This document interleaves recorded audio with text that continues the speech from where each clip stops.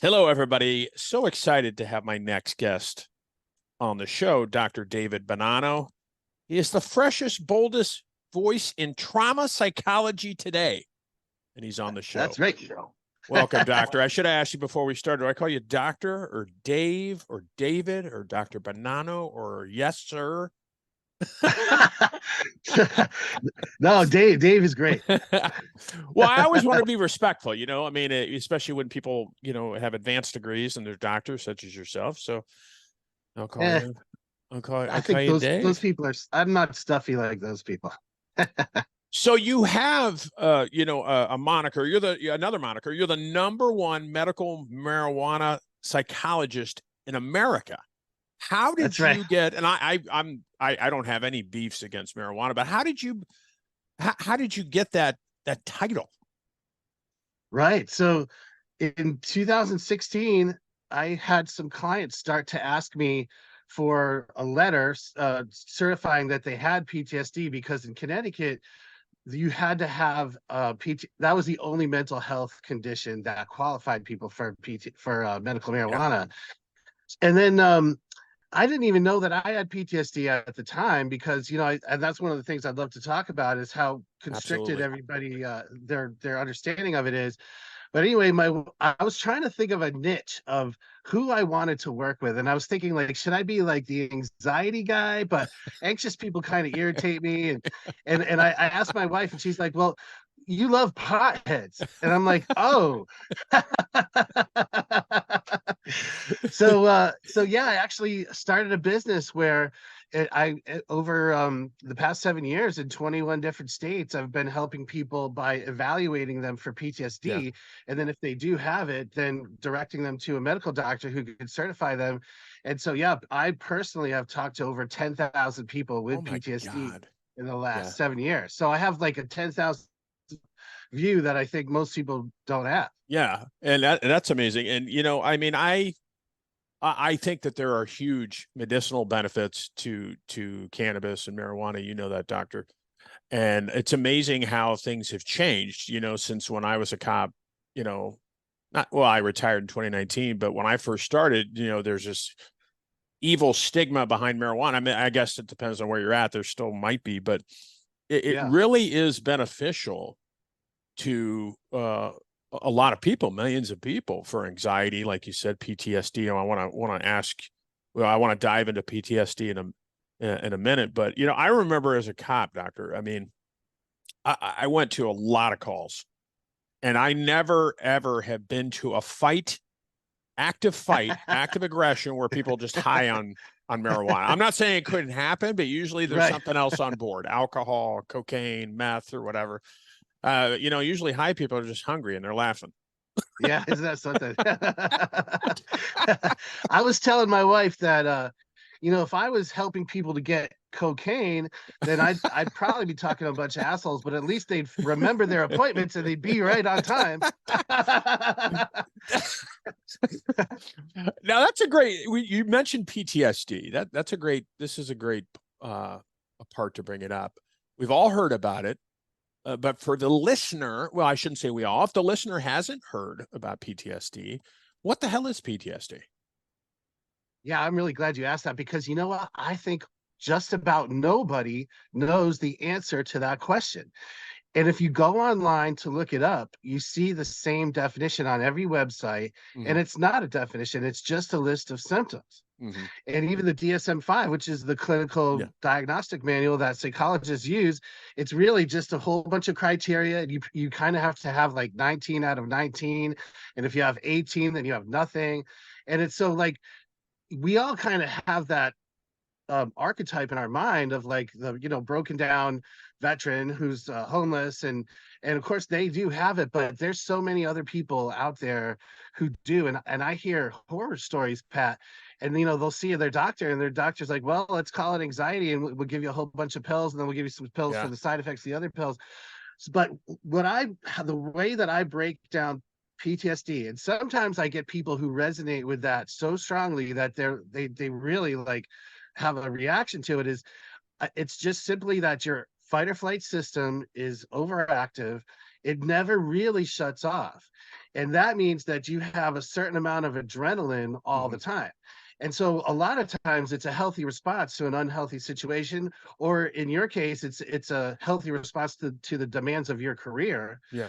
But I think that's what makes it so hard when you're not working to slow down your thoughts or to relax or to sleep, is just simply because you have too much adrenaline. Yeah.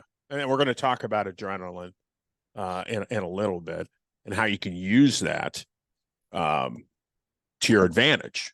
But I want to talk about that in a couple minutes. But now let me ask you this, Dave. I mean, you're a psychologist, you're a doctor, you've been doing this a long time. I've heard, because now I work in behavioral health, as you probably know, for Yeah. helping first responders and vets.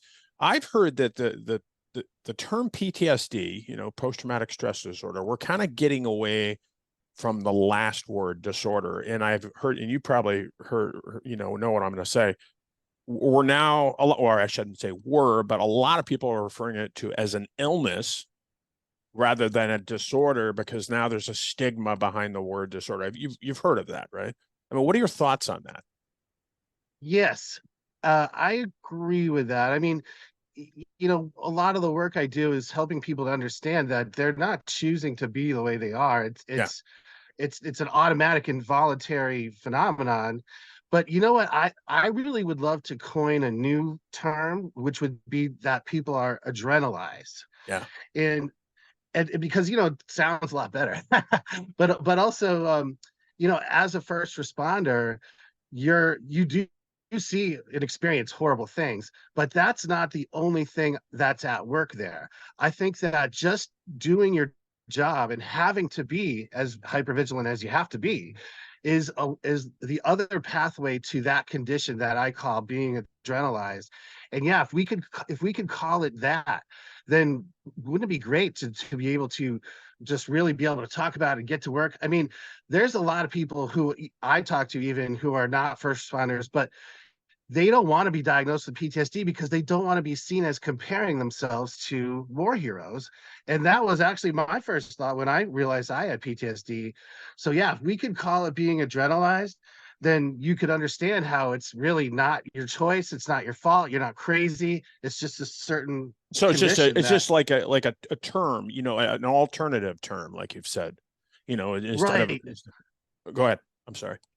Oh yeah. Well, I mean, like when I talk to, for example, firefighters, I'll say, so none of you guys can sleep, none of you guys can relax. Half of you want to get drunk all the time. What do you even tell yourselves? How do you explain that to yourselves? And nobody ever has an answer.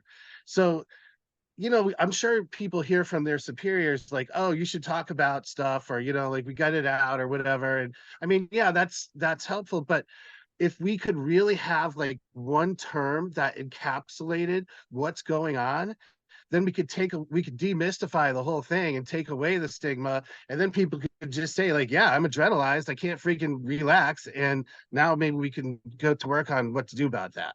Why do you think, and I love that. I mean, why do you think it's so the medical community and the like psychology professionals? I mean, you seem like you're a more forward thinker, and you're like, we need to quit, we need to come up with alternative names for this, because there is a lot Right. of stigma behind it. Why do you think there's such resistance to that? Just because it's been out there for so long, or what?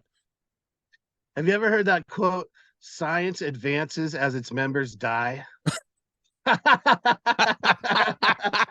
love that. So what you're saying is there's just a bunch of old guys and women that are kind of like, it's always been this way. We can't change it. Yeah, I think people get so committed to what they believe.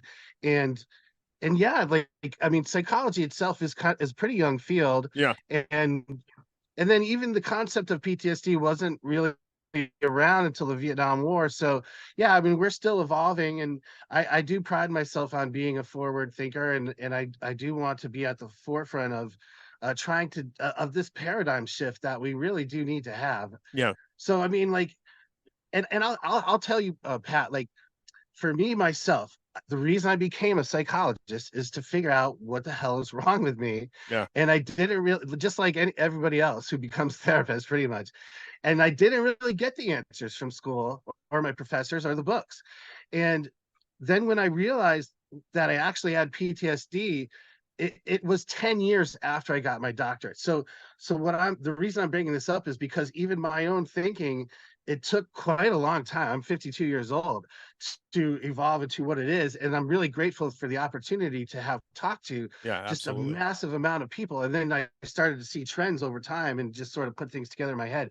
Yeah, there's like trauma is the biggest topic in psychology, but you really kind of have the same people saying the same stuff, and they're making a lot of money off of it. And I'm not saying that they're not open-minded, but like, like we our understanding as the human race of PTSD, it really needs to change, and I think it's dreadfully behind.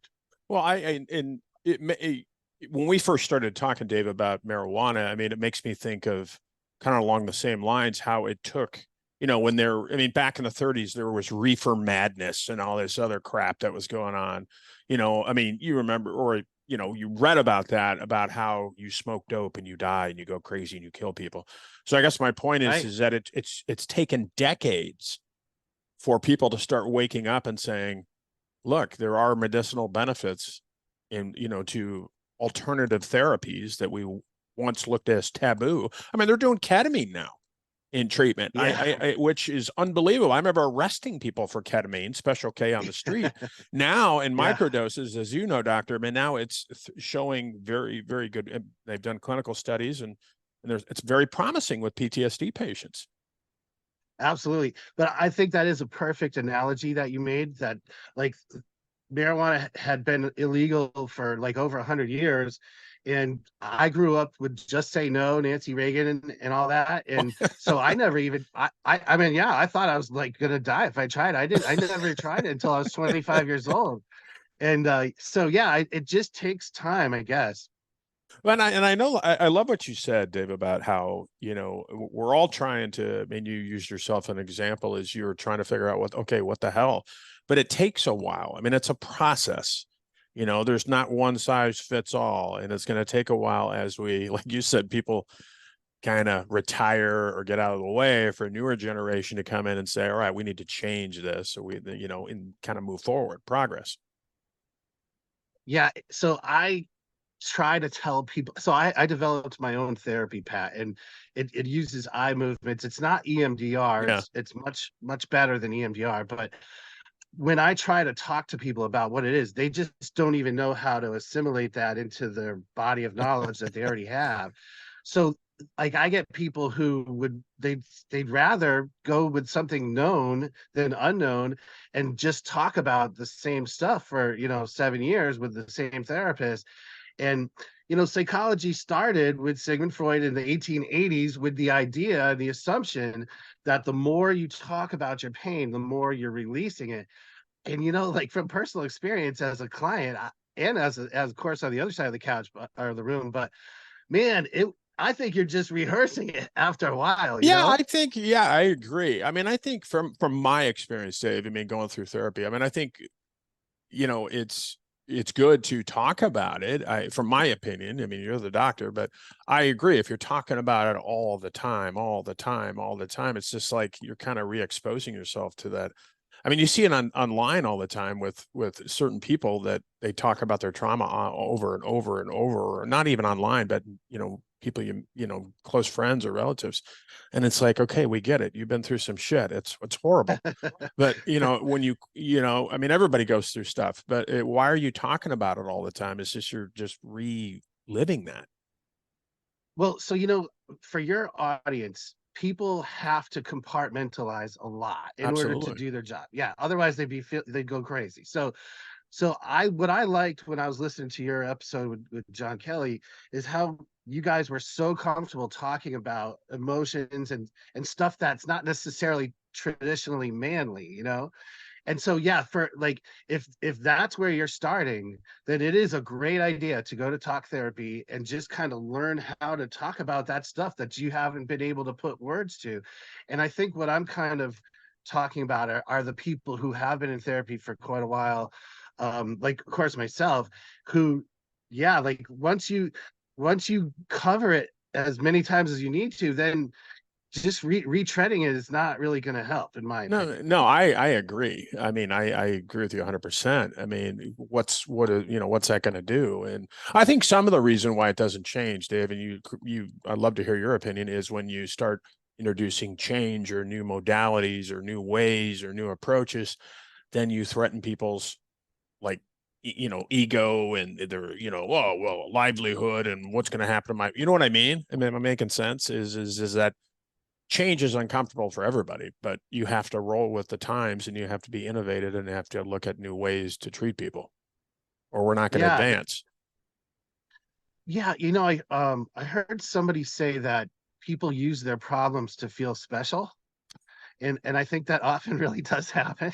I definitely did myself, and it becomes part of your identity, so yeah, like if you're expanding yourself as a person, then by definition that does mean that you are changing, and yeah, it certainly could be scary for people at first. Yeah, well, I remember hearing a long time ago, Dave, is that, if you really look at it, people, I can't remember who, but people connect through pain, through two other people. And I think the Sure, example, yeah. and again, I can't remember who said this, is if I meet you on the street, Dave, and you know, you're like, Pat, how you doing? I'm great. Life is great. It's wonderful. And I'm going off. You probably look at me like I have a second head. Maybe not you or somebody else. Be like, what the hell's wrong with them?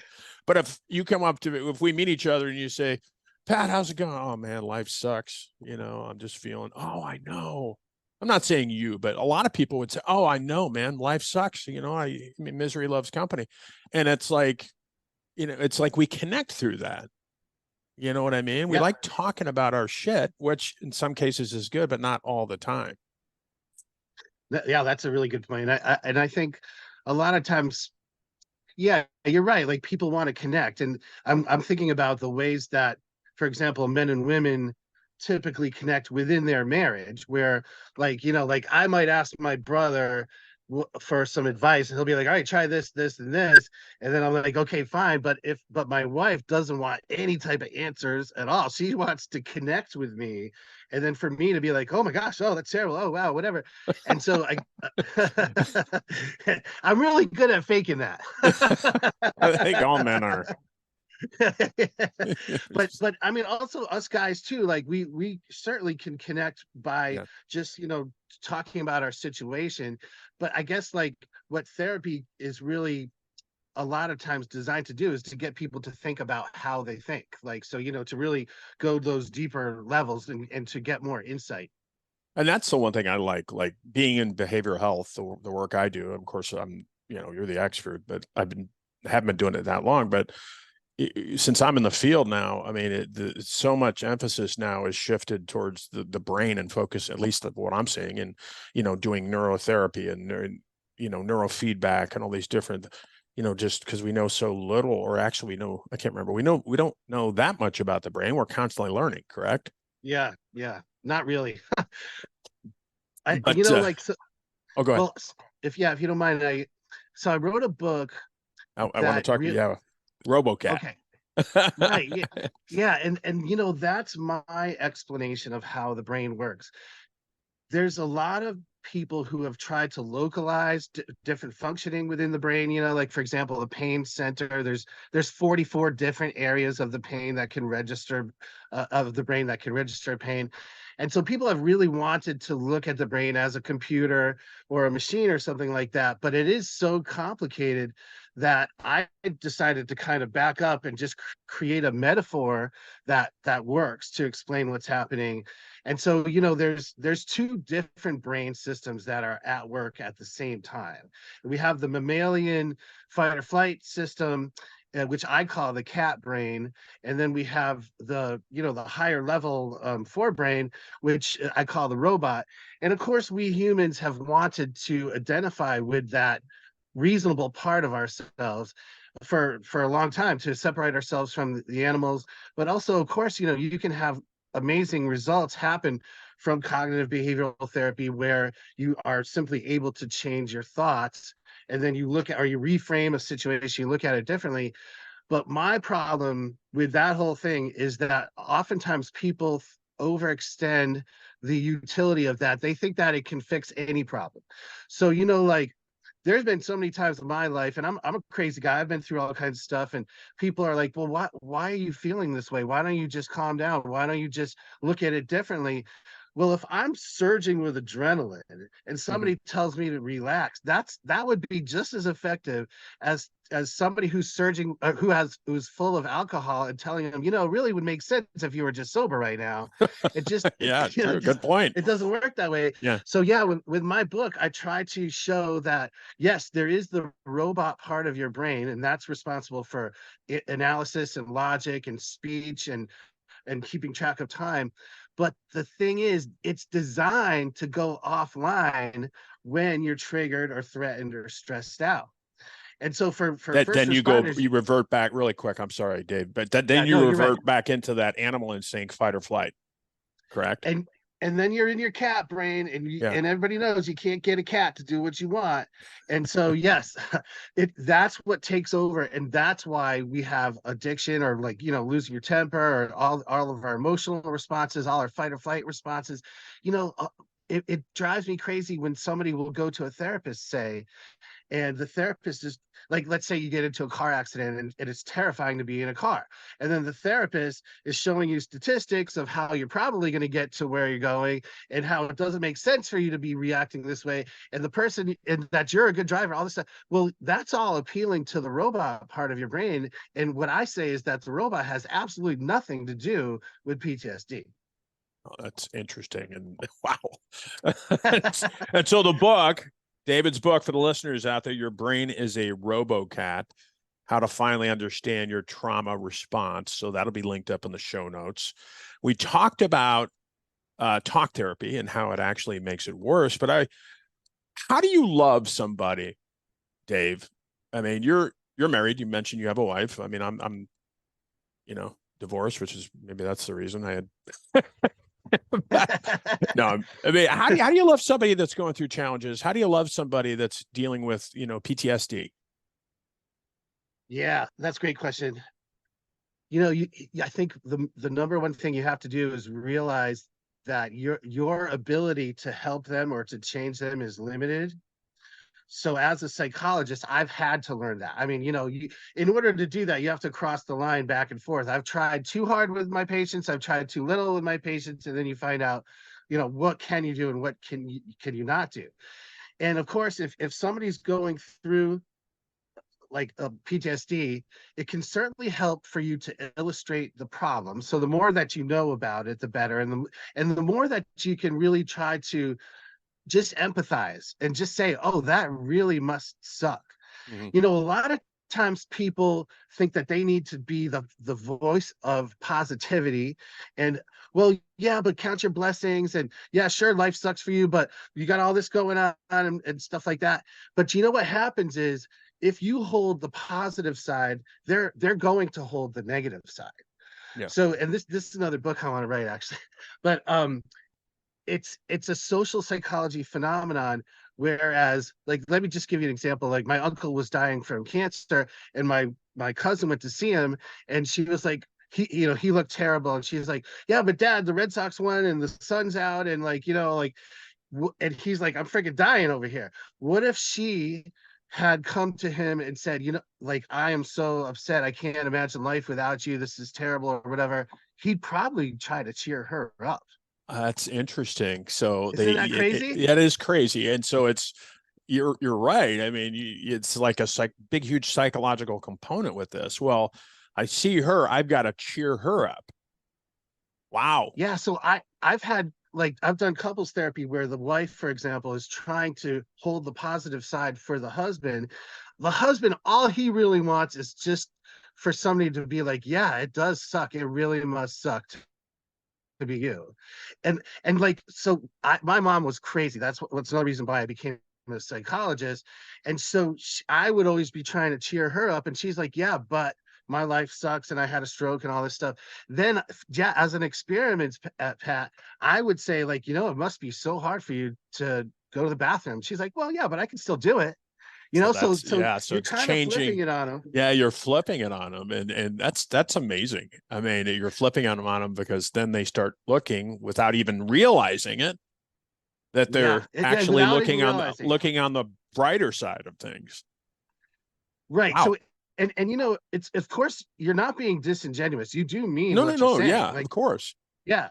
I think the best thing you could do for somebody who has PTSD is to really just to admit, yeah, this really does stink. I wish I could put myself in your shoes. I wish I could understand what you're going through. I'm trying to be as patient as I can. Of course, they're accountable too for their actions. I mean, like, you know, like you're not taking anybody off the hook.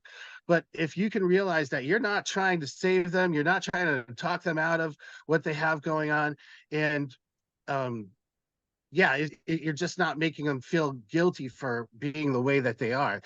Trust me, they're trying as hard as they can to be healthy, because you know you run out of things to say, Yeah, right? yeah. Like I've had people tell me like, maybe you want to be fucked up, and then I'm thinking like, maybe I do, and that's a terrible feeling. Well, no, you're right, because some people, they want to be in that state whether they know it or not. You know what I mean? Like subconsciously they want to be there.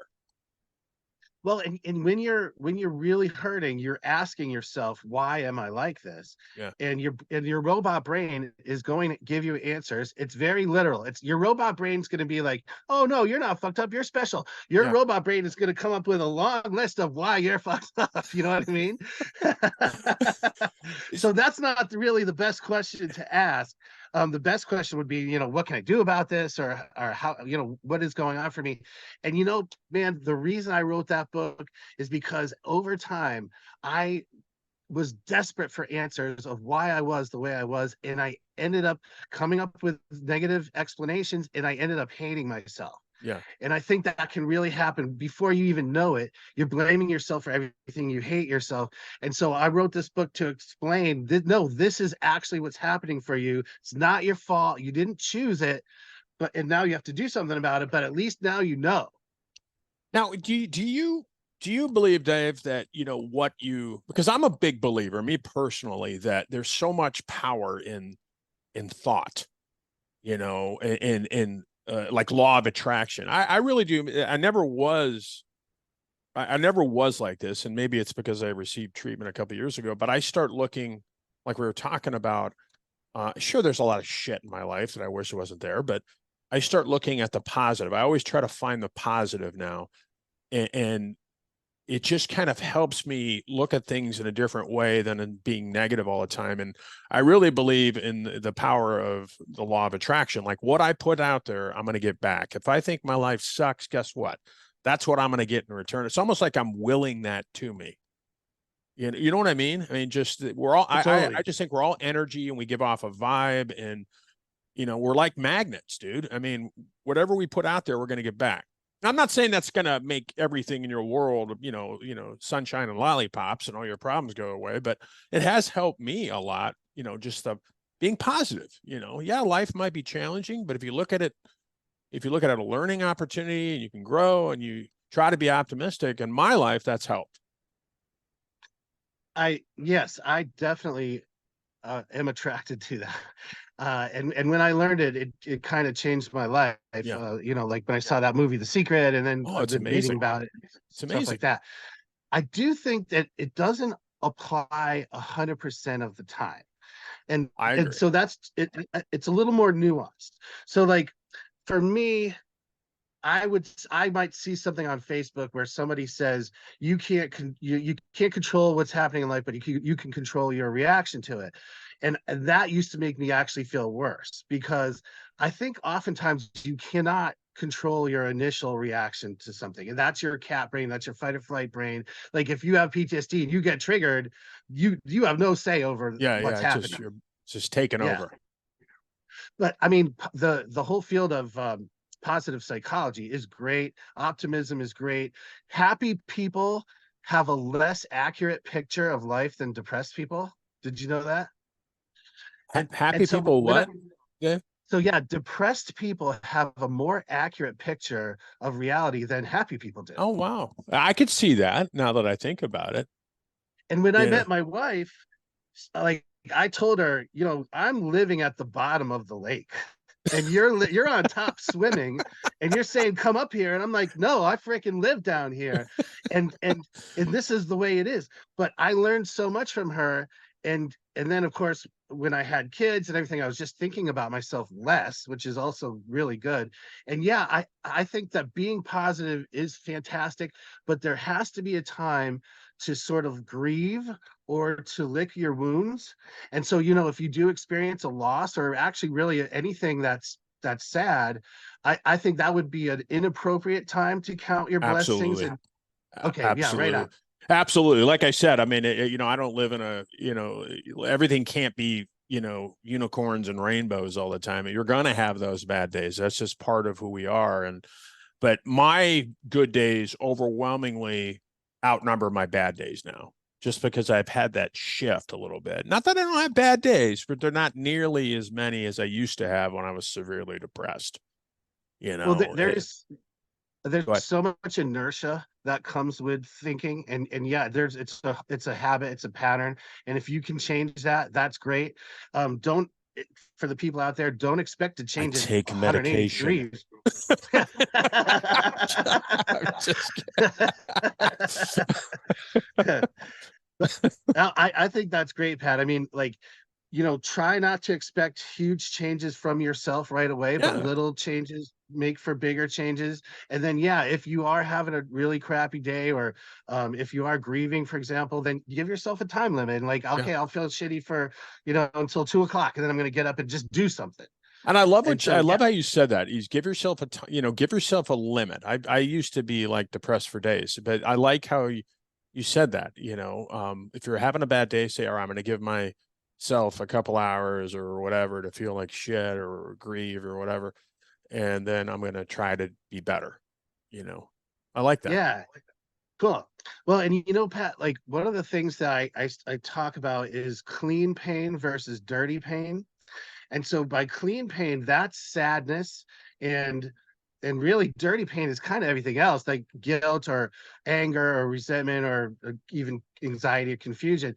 And so if you look at it, if you're living in with dirty pain, let's say you're pissed off about something and you're thinking like, oh, it shouldn't be like this, or should be like this, or shouldn't be like that. Well, I heard a famous psychologist, Albert Ellis, say you're shooting all over yourself. And isn't that great? Shoulda, shoulda, And shoulda. but really, if you look at it, you're not in reality. You're living in a different reality. Yeah. Like, or even let's say you lose somebody and you think about, oh, I should have done this, or I should have helped him this way, or I should have seen this coming. Well, that's also a different reality. And people would much rather have dirty pain in a way, because they have a sense of power and control, even if it's illusory. And so if you are sad instead of mad, you do have to accept that you're powerless, but the word there is acceptance. Yeah. And if you can accept reality, then you can move on. And so, like, it's really seductive to feel all those other feelings, but I think basically if you can learn to cultivate being sad, and of course, yeah, with time limits, and you're not going to be overwhelmed, you're not going to die from pain, but if you can be sad instead of mad, I think that really is Yeah. maybe the best tool you could have I, psychologically. I love that. And so if somebody's, suffering out there, Dave, like from PTSD, is it a good idea they go to their doctor? Is it a good idea you go to your doctor and say, hey, doc, he or she, I'm suffering from PTSD? Well, you can't say no, but you know, doctors are good people. They want to help, but when you have a hammer in your hand, everything looks like a Like a nail. nail. Yeah, and they got a giant pharmaceutical hammer. And when I started doing what I was doing, interviewing thousands of people, I always had been aware of the downsides of medications, but I always thought, well, there must be upsides, at least for some people. And when it comes to schizophrenia or bipolar or other disorders, like, you have to do meds. That's the frontline treatment all the way. When it comes to PTSD, I don't think that anything out there really addresses it very well. I haven't met anybody who's really happy overall with meds for insomnia or really that much for anxiety or depression that much. I say it can't really hurt to give it a try, and your doctor should know what you're going through. If you do have side effects that are really not good, then don't go with that. Try something else. I Yeah, mean, yeah. there's 100 psych meds out there. So I mean, your question, that's a great question, man. Also, when you go to your doctor, you're getting your hopes up, and you're gonna be let down, in my opinion, pretty much. I think that therapy can be good. Meds for PTSD, I don't think they work. Well, That's my opinion. yeah, yeah, no, yeah. I mean, I wouldn't, I wouldn't go to my, you know, primary, for PTSD. I mean, I know a lot of people do, but I would go to somebody like you, Dave, and say, look, I need help with, you know, my PTSD or whatever I'm dealing with. So, but I know a lot of people, like I have relatives, they'll go to their primary, their, PHP or primary health, professional, and they'll talk to their doctor. And like you said, a lot of times they'll just start, subscribing all kinds of stuff, that they probably don't, I don't know. I'm not a doctor, but it just seems like it makes the pharmaceutical company happy, Yeah, I mean, the U.S. has 5% of the world's population. We take like maybe 90% of the Oh, psych meds out there. I mean, yeah, it's crazy, and yeah. we're not that happy compared to other countries, unfortunately. So yeah, I don't think that from my perspective, I don't think that's a great way to go. And then, like therapy can be good. Exposure therapy or prolonged exposure therapy. Are you familiar with that? I am. Yes. Personally, I think that's really excruciating and painful, and so EMDR is exposure therapy, but it's sprinkled with eye movements. And there really is something to the eye movements. Yeah. So I've created what's called de-adrenalization, and it does use eye movements. You do remember the trauma, but you don't have to talk about it if you don't Yeah. want to. And it's really kind of miraculous. I mean, I didn't come on the show to plug myself necessarily, but I just want to tell people, like, if you're doing exposure therapy, and like for a veteran, they recreate the battlefield and you're shooting that kid again and again and again. I Yeah. mean, that's gonna fuck you up, Yeah. Yeah. And I know people who've escaped from the therapy, like jumping out of windows to get out of the therapy because it was so painful. And then talk therapy can end up being exposure therapy if you are going over the same stuff again and Yeah. again and Yeah. again. Yeah. So like, yeah, EMDR can be okay, but if you get a chance to look up de-adrenalization, or even there's the only other one that I recommend to people is it's called accelerated resolution therapy. They're both super quick and painless, and Well, I've it's heard almost of RRT, or rapid resolution training. It's the same thing, right? I think there is an RRT, but that's different. Okay. ART, Oh, which is not a ART. great, Okay. I've heard yeah, of that. ART. It's a bad acronym. I used to have people calling me and saying, like, what are we going to draw pictures or something? But Your name Art? yeah, I'm Art. Yeah. So yeah, Excel. If you guys get a chance to look up accelerated resolution therapy, there's thousands of people out there who take insurance. They're in your state. Or if you wanted to see me, I'd be happy to do that. I do it Absolutely. online, and mine's called conversations. And if Absolutely. I could just, would you mind Go if I ahead. just gave you a super quick example? So like, you know, as a first responder, there's certain things that just stick with you, like images or like feelings or whatever, and you can't do anything about it. A couple years ago, my stepson passed away. He was 19 and he had Sorry a to hear heart that. condition we didn't know about. And so I found him in his bed, and I just couldn't get those images out of my head for days. I mean, like, and I was just, that guy just staring in space, and people are talking to me, and I just was, totally messed up. And so I did this therapy, and I was able to replace the imagery and replace the pain. And what you do is it's called memory reconsolidation, if you guys want to look that up. But I pretended something else happened. I pretended that he went off to college, and then he's going to come back someday, but he's doing great out there. And so of course I still have my grief process. I have my clean pain that I need to process. But yeah, all the images are gone. And this works for everybody. Like, you can just get rid of stuff. It's really crazy, and people That's can't amazing. believe it. That's amazing. That's amazing. Dr. David Bonanno, sir, where can people find you? I got your stuff in front of me, but I'd love for people to, hear from you, your website, Where can they find your book and learn more about de-adrenalizing? Great. So yeah, if you were to look for the book, you can just type in RoboCat book and on Amazon, that'll come up. You could look me up on my website, and of course there's links to everything from there, which is doctor spelled out, and then bonanno.com. So now you're Italian, you can appreciate this. The way to remember how to spell it is you linger over the two N's. So it's Bonanno. Bonanno. Like that. Bonanno. Bonanno. David, you're awesome, brother. Thank you for coming on the show, man. And Oh talking. man, it's been It's so much very, fun. very, very informative. And I love what we talked about as far as dirty pain and different types of pain. It's amazing. I love it. Yeah, this is great, Pat. You're great too. And anytime you want to have me back, I'd be I'd happy. love to have you back. I'd love to have you back, brother. Stay tuned, folks. Part 2 coming up. Dr. David Bonanno. Thank you, Awesome. brother. Appreciate it. Have a great Thank you. day, and I will talk with you soon. All right, great. Thanks.